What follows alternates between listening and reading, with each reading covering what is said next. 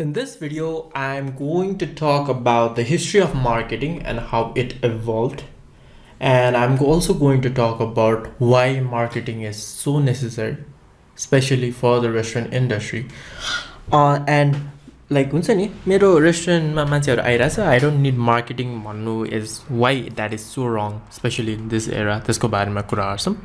So stay tuned for that. Hey, so let me start with marketing 1.0. This started in the early 19th century. त्यतिखेर चाहिँ के हो भन्दाखेरि मान्छेहरूसँग preference केही पनि थिएन के there wasn't many things that were produced होइन पहिला पहिला अब प्रड्युस हुने भनेकै त्यही स्टिल र मेटेरियल्सहरू भनौँ न steel iron ores wool cotton त्यस्तै त्यस्तै कुराहरूमा त भन्थ्यो and those were provided from the nature itself अनि त्यसले गर्दाखेरि we just mined for it अनि त्यसपछि we just traded it with other things barter exchange हुन्थ्यो होइन so there wasn't much marketing needed like it was just product centric कुनै एउटा कम्पनीले लाइक स्टिल इन्डस्ट्रीले स्टिल बनाउँछ भने they just sold it to customers they just sold it हुन्छ नि म if I am good at or I have a company that produces steel then my best interest is to produce as much steel as possible त्यसको लागि मैले धेरैवटा worker राखौँ के गरौँ like it doesn't make any हुन्छ नि त्यसले गर्दाखेरि कस्टमरलाई केही ह्याम्पर हुनेवाला थिएन जति धेरै वर्कर राखे त्यति धेरै स्टिल बन्छ जति धेरै स्टिल बन्यो त्यति धेरै प्रडक्ट सेल हुन्छ एन्ड यु अर्न प्रफिट खालको वेमा चाहिँ जान्थ्यो marketing first like 1.0. Then we went on to the marketing 2.0 which was around mid 1950s तिर जति बेला चाहिँ हैन this time was when people consumers started having preferences त्यतिखेर पनि like अब raw materials मात्र हैन कि people started since the economy was booming त्यसले गर्दाखेरि मान्छेहरू बाहिर जान थाले they started producing things out of that raw materials or they started producing other things हुन्छ नि त्यसले गर्दा एडभान्स कुराहरू बनाउन थाले त्यसले गर्दाखेरि चाहिँ अब there was a lot of competition के अब स्टिल एकजनाले बनाइरहेछ भने अर्को मान्छेले अब there are 5 companies that are making steel हैन अब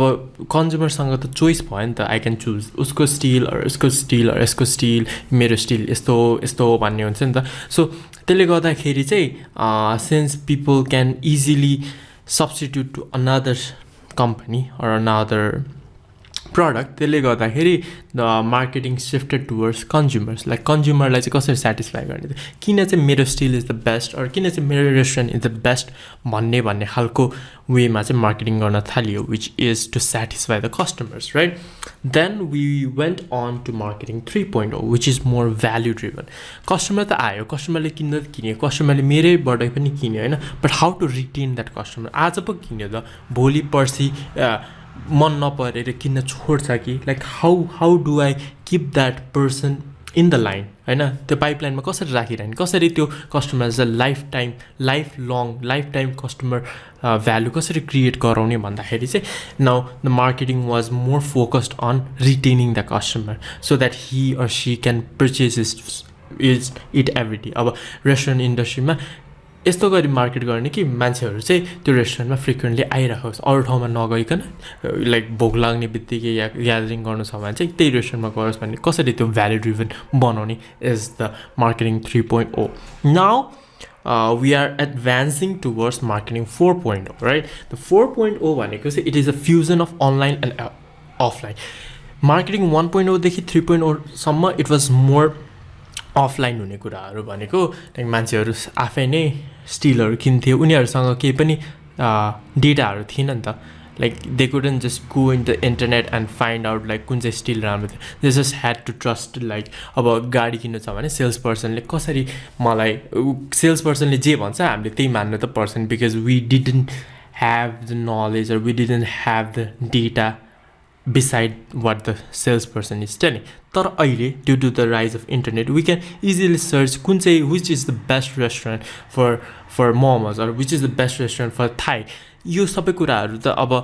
we can get it in a touch of a screen एउटा click of the button we can find out so many different things, right? So त्यसले गर्दाखेरि पनि marketing 4.0 is more of a fusion between like online हुनु पर्यो, offline त छँदैछ, offline effortहरु marketing promotion गर्नुपर्छ भने online पनि गर्नुपर्छ, so that the customers can gather your information or your data that you are putting out, and त्यसले गर्दाखेरि best interest चाहिँ उनीहरुको होस् भनेर marketing 4.0 is focused on like data, online and offline effort, right? So किन marketing गर्ने त म मेरो रेस्टुरेन्ट राम्रै चलिरहेछ भने why do I need to focus on marketing and advertising and branding भन्दाखेरि if the customer's expectation is met हैन and the restaurant is able to create value, it leads to customer satisfaction and loyalty. यो त कुरा भइसक्यो हैन, like expectation राम्रो हुनु पर्यो, value create गर्न सक्यो भने customer is yours. The customer, it leads to customer satisfaction, it leads to loyalty, it leads to frequent buying from your store or your product, सबै कुराहरु मिल्छ, right? तर what else are like the benefit भन्दाखेरि one is the people, the customer will be they will be less price sensitive to other competitors. So our restaurant industry, the competitors are another restaurant industry, and like if you have a momo puzzle and side ma pani momo puzzle cha bhane, if you do marketing better and if you say you are the best momo puzzle in that area, then मान्छेहरुले online खोज्दा offline खोज्दाखेरि your location will pop up, and त्यसले गर्दाखेरि even if you raise your price, मान्छेहरु यतिको loyal भइसक्छन् कि म भन्ने बित्तिकै यो ठाउँमा जानुपर्छ भन्ने खालको हुन्छ के, सो प्राइस बढेर पनि डिमान्ड चाहिँ गर्दैन, सो लेस प्राइस सेन्सिटिभ हुन्छ if you invest in marketing and branding. Second is it generates additional business revenue. Like price increase गर्दाखेरि पनि अब मान्छेहरु आइराख्छ भने त यसले गर्दाखेरि त रेभेन्यू इन्क्रिज गर्न मिल्यो नि त. It also helps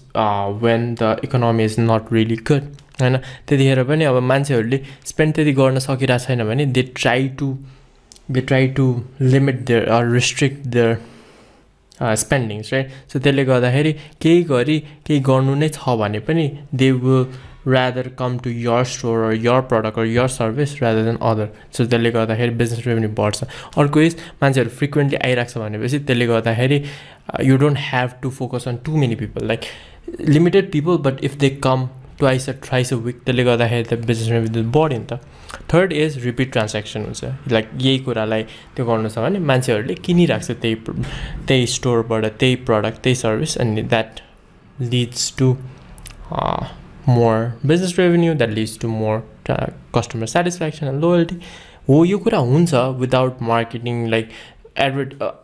what I mean is advertise नगरिकन. मार्केटिङ भनेको त अब प्रडक्ट सर्भिस सबैमा पर्छ भने एडभर्टाइज नगरिकन पनि यो कुराहरु हुन्छ. तर marketing as a general, if you start